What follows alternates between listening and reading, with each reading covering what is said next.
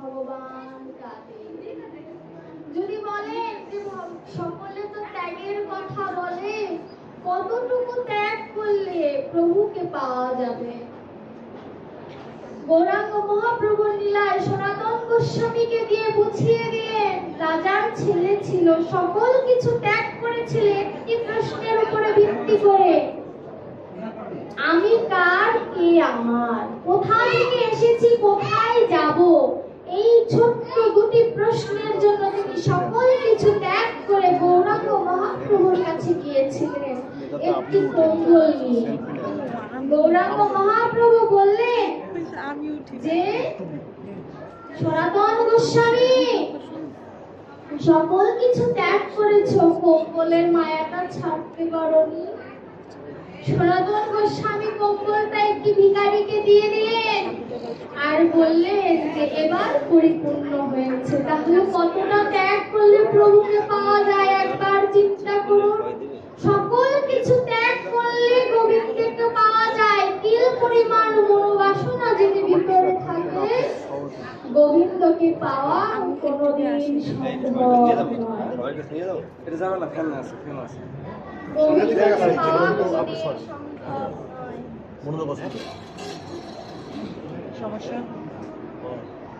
যদি বলেন যে আমি তো সংসারে আবদ্ধ, আমার কি তাহলে ভজন হবে না? সর্বস্বামীর মধ্যে রঘুনাথ দাস গোস্বামী একমাত্র গোস্বামী ছিলেন না। পরবর্তীতে প্রভু তাকে গোস্বামী উপাধি দিয়েছেন। তিনি কিন্তু দাস ছিলেন, কায়স্থের সন্তান ছিলেন। তিনি একমাত্র অগ্রাহ্মণ ছিলেন। রঘুনাথ দাস গোস্বামীকে তার পিতা সংসারে আবদ্ধ রাখার জন্য একবার নয়, দুবার নয়, তিনবার সংসারে আবদ্ধ করার চেষ্টা করেছে। তৃতীয়বার যার সাথে বিয়ে দিয়েছেন তার নাম হচ্ছে সরজ। যখন সরজকে শ্বশুর মশাই ডেকে বললেন, মা তুমি সকল কিছু জেনে বিবাহতে সম্মতি দিয়েছো, তোমার কাজ থাকবে আমার সন্তানকে মায়া জালে আবদ্ধ করার। বাসর ঘরে গেলেন সরজ। রঘুনন্দন গোস্বামী কান্না করছে, কারণ ভিতরে তো তিনি গৌরাঙ্গ প্রভুকে তো বিয়ে করে রেখেছেন। একবার যদি গৌরাঙ্গ মহাপ্রভুর সাথে কেউ যদি সম্বন্ধ করতে পারে, তার কি আর ইহ জগতের সম্বন্ধ ভালো লাগে? সরজকে বলছেন, সরজ তুমি আমার একটি কথা রাখবে। সরজ বলছে, আপনি আমার স্বামী, যা বলবেন তাই আমার রাখা কর্তব্য। পিছনের ভক্তরা একটু ধ্যান দিন, কথাগুলো শুনুন, মার্মিক কথা। সরজকে বলছেন রঘুনন্দন যে তুমি কি আমায় কৃষ্ণ নামের উদ্দেশ্যে বাহির করে দিতে পারবে? সরজ পিতাকে বললেন, শ্বশুর মশাইয়ের আদেশ স্বামীকে মায়া জালে আবদ্ধ করে রাখা, আর স্বামীর নিবেদন আমাকে বাহির করে দেওয়া। সরজ বললেন, এই জগতে সকলের কথা ফেলে দেওয়া যায়, কিন্তু যে ধার্মিক স্ত্রী তার কাছে স্বামীর কথা শ্রেষ্ঠ কথা। তার কাছে স্বামীর কথাই শ্রেষ্ঠ কথা। তিনি বললেন, ঠিক আছে স্বামী, তুমি আমার সাথে চলো, আমি তোমাকে ঘরের বাহির করে দেব। বলল, ঘরের বাহির করলে হবে না সরজ, আমায় বাহির দরজার বাহির করে দাও, তাহলেই তো আমার সার্থকতা। এখানে জীবকে শিক্ষা দিল, ওরে জীব, শুধু মন্দিরের কপাট খুললে হবে না, মন্দিরের ভিতরেও বাহিরেও একটি দরজা আছে স্মরণীপু দিয়ে আবদ্ধ, সেই দরজাটাকেও খুলতে হবে। রঘুনন্দন যখন বাহির দরজার বাহির হয়ে গেলেন, সরজ তখন হাত জোড় করে বলছে, স্বামী তোমার কাছে আমার একটি নিবেদন, আমি এখনো তোমার স্পর্শ বা ভালোবাসা পাইনি, তুমি হয়তো আমায় মনেও রাখবে না, কিন্তু তোমার সাথে আমার অগ্নি সাক্ষী করে বিবাহ হয়েছে স্বামী। রঘুনন্দন বলল, তোমার কিছু চাওয়া থাকলে আমার কাছে চেয়ে নাও, আর দেখা হবে কিনা তো জানি না।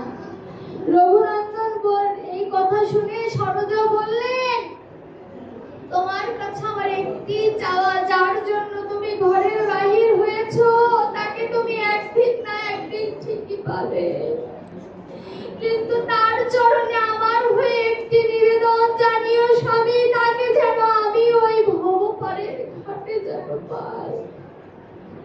সে যদি না আসতে পারে স্বামী, তুমি স্বয়ং এসে আমাকে পার করে দিয়েছে। এই অধম সরোজর কথা তুমি ভুলে যেও না। আমি তো সরোজ হতে পারিনি, আমার ভক্তের কাছে নিবেদন, হে ভক্তগণ, আমি অধম এমন কোনো কর্ম করিনি যে আপনাদের চরণ ধুলা পাবো, কিন্তু আপনাদের কাছে নিবেদন, আপনারা হরি কথা আস্বাদন করছে, আপনারা হয়তো গোবিন্দকে একদিন না একদিন ঠিকই পাবেন, সেদিন এই অধমের কথা ভুলে যাবেন না। আমি যেন সেদিন আপনাদের সাথে সাথে যেন পার হয়ে যেতে পারি। আপনারা আমার হয়ে গোবিন্দের কাছে প্রার্থনা করবেন যেন আমাকেও সে তার নৌকায় তুলে নেয়, এইটুকু নিবেদন আপনাদের সকলের চরণে। এমন কোন কর্ম করিনি প্রভু, তোমায় আমি পাবো, সেদিন ভক্তের কথা শুনে আমায় একটু গ্রহণ করো। এই মন্দিরে তোমাকে বসানোর কথা ছিল প্রভু, কিন্তু মায়া জালে আবদ্ধ থেকে কবে যেন তোমার কাছ থেকে ছন্ন ছাড়া হয়ে গেছি।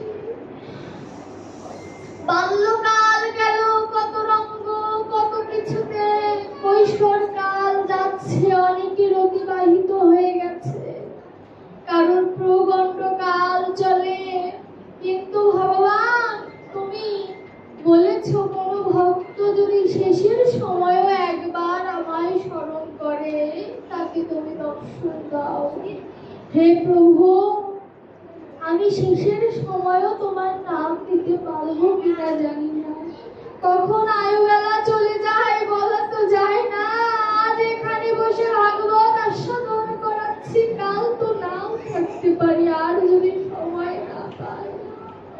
প্রভু তুমি এই অধমকে তোমার চরণে আশ্রয় দিও, তোমারই তো সন্তান, আনন্দ ব্রহ্ম, তুমি আনন্দময় ব্রহ্ম, তোমারই তো সন্তান। প্রভু তুমি আমায় কৃপা করে গ্রহণ করো, আরো যদি কৃপা করে গ্রহণ না করো প্রভু, তোমার চরণে আরেকটি নিবেদন আমার, এমন কৃষ্ণ ভক্ত মায়ের গর্ভে আমায় জন্ম দিও, যেন ভক্ত সঙ্গ করার মতো সৌভাগ্য আমার হয়। বাবা, যে কোনো মায়ের গর্ভে জন্ম নিলে তার ব্যাস আসনে বসার মতো ভাগ্য হয় না। আপনাদের কাছে আমার একটি নিবেদন, আমি যেন এমন একটি কৃষ্ণ মা মায়ের গর্ভে যেন জন্ম নিতে পারি, যে আমাকে কৃষ্ণ কথা শেখাবে, যে আমাকে কৃষ্ণ নামের পথিক বানাবে। বাবা, অনেক কষ্টে অনেক কিছু স্যাক্রিফাইস করে এখানে দাঁড়িয়েছি, আপনাদের সকলের কাছে আমার নিবেদন, আমার মায়ের জন্য আশীর্বাদ। আজ আমার মা ছিল বলেই হয়তো এখানে আমি আছি। শুধু আমি নয়, প্রভু শিক্ষা দিয়েছে যে অরিজিৎ, ভালো যদি বাসতে হয় তবে মাকে সবার আগে ভালোবাসো। যার মা নেই, যার বাবা নেই, সেই বোঝে যে মা বাবা হারানোর কতটা কষ্ট। গৌরাঙ্গ মহাপ্রভু নিজে অনুধাবন করেছেন। ভগবান শ্রীকৃষ্ণ নন্দরাজার পাদুকা মাথায় নিয়ে জীবকে শিখিয়ে দিয়েছে যে বাবাকে মাথায় রাখো। কখন কে চলে যায় বলা তো যায় না। মা বাবার কাছে যদি কোনো অপরাধ থাকে, সেই সন্তান কখনো ভগবানের আপনজন হতে পারে না। যত বড় বড় ভক্তই বলুন, প্রহ্লাদ মহারাজ বলুন, ধ্রুব বলুন, সকলে তরুণী বলুন, সকলে মায়ের জন্য ভগবানের চরণ পেয়েছে।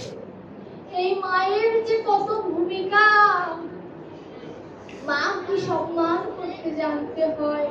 আজ যে আমাদের এই যে স্বর্গীয় গণেশ চন্দ্র শীল, হয়তো কারোর মা বাবা, কারোর হয়তো দাদু, তিনি আমাদের ছেড়ে চলে গিয়েছে। তিনি শুধু চলে যাননি, তিনি আমাদেরকে বলে গেলেন যে আমি তো চলে গেছি, কাল তোমার পালা, প্রস্তুত হও। দেখবেন কসাইখানায় যখন একটি ছাগলকে ঝুলিয়ে কাটে, আরেকটি ছাগল কিন্তু পাশে বসে ঘাস চিবোয়, তাই না? আমার দশা তাই হয়েছে। ওই ছাগল যদি বসতো যে এরপরে তার পালা, সে কি আর সুখে সেই ঘাস চিবোতে পারতো? আমি তো বুঝতে পারছি যে আজ না হোক কাল আমাকে চলে যেতে হবে, কিন্তু ছাগলের মতো আমার দশা হয়েছে, মায়া জালে আবদ্ধ রয়েছে। কিন্তু ভগবানকে একটু বলবো যে হে গোবিন্দ, হে প্রাণবন্ধু, আমার তো দেওয়ার মতো কিছু নেই, এই দেহটাও তোমার দেওয়া, তোমায় আমি কি দেব? কিন্তু হ্যাঁ, দেওয়ার মতো একটি জিনিস আছে, আমার মনটা তুমি কৃপা করে পূরণ করো। তুমি যদি আমার মনটাকে যদি একবার গ্রহণ করো, আজ না হয় কাল আমায় ঠিকই উদ্ধার করবে। প্রভু জানো, তোমার পূজার মধ্যে আমি তুলসী পত্রের সাথে তিল দিয়েছি, কেন জানো?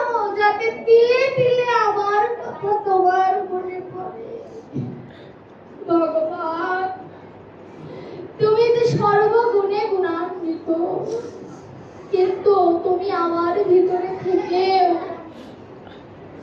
তোমায় ভজন করার মতো যোগ্য দেহ পেয়েও ভজন আমার হলো না। ৩৫টি নারী যখন পেঁচিয়েছিলাম মায়ের গর্ভে, তখন তোমায় বলেছিলাম প্রভু, সপ্তম মাসে যবে জননী জঠরে কেঁদে কেঁদে বলেছিলাম প্রভু মুক্তি দাও মোরে,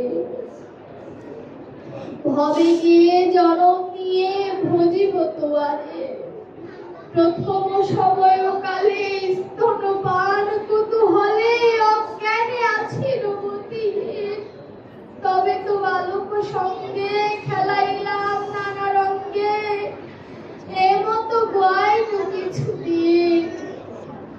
দ্বিতীয় সময়কালে বিকার ইন্দ্রিয় জালে, পাপ পুণ্যের কিছু নাই ভয়, ভোগ বিলাস নারী এসব কৌতুক করি, ইহা দেখে হাসে যমরাজ। চতুর্থ সময় এলো যদি, হরিল চোখের জ্যোতি, শ্রবণে না শুনি অতিশয়, বলরাম দাসে কয় এবার রাখো মহাশয়, লোল চর্ম শুভ্র কেশ কুকুরে নয়ন, আগে তারে ভজনায় এখন কি করবে ভাই? ভজন হলো না, এই দেহ পেয়েও ভজন হলো না। ভগবান বললেন যা যাওয়ার গেছে চলে, খেদ করিস না আর তাহলে। কোটি কোটি টাকা দিয়ে দালানের উপরে দালান বানানো যায়, কিন্তু কোটি কোটি টাকা দিয়ে আর কোনোদিন যৌবন কাল শিশকাল মাকে আর ফিরিয়ে আনা যাবে না। বলরাম দাসের এই ছোট্ট কবিতায় জীবকে বললেন, ওরে জীব, একবার ভজন করা শিখে নে, যদি এ জন্মেও কৃষ্ণকে না পাস, পরের জন্মে কৃষ্ণকে পেলেও পেতে পারিস। যদি বলে যে ভজন করব, আমার তো সময় নাই, আমি ভজন করব কখন? আমার তো সময় নেই, আমি চাকরি করি, আমি পড়ালেখা করি। বললেন চিরদিন কারোর সমান যায় না। আজ যে শিশু দুগ্ধ বই আর কিছু খায় না, কাল সে মেয়ের লম্বা ঘোমটা মুখ দেখতেও কেউ পায় না। চিরদিন কারোর সমান যায় না। পালকি ছাড়া যায় না মেয়ে, রোদের কিরণ সয় না, কাল সে বুড়ি চড়াই ভেরি, তার মুখ পানে কেউ চায় না। চিরদিন কারোর সমান যায় না। আজ যে রাজা রাজ্য সুখে মোহন ভোগ খায় না, কাল সে রাজা পথে পথের ফকির খুব কুড়াইয়াও পায় না, চিরদিন কারো সমান যায়। আজ আমি অট্টালিকায় বসে আছি, ভগবান যদি বিমুখী হয় 1 সেকেন্ডের ব্যাপার, তুলসী তলায় নামিয়ে দেবে। যত অহংকারী হও, যত যাই হও, ওই তুলসী তলাই আসতে হবে, আর কোনো গতি নাই। রাধারানী কেঁদে কেঁদে তার সখীদের বলেছিল, সখীরে তোদের কাছে নিবেদন, সখী তোরা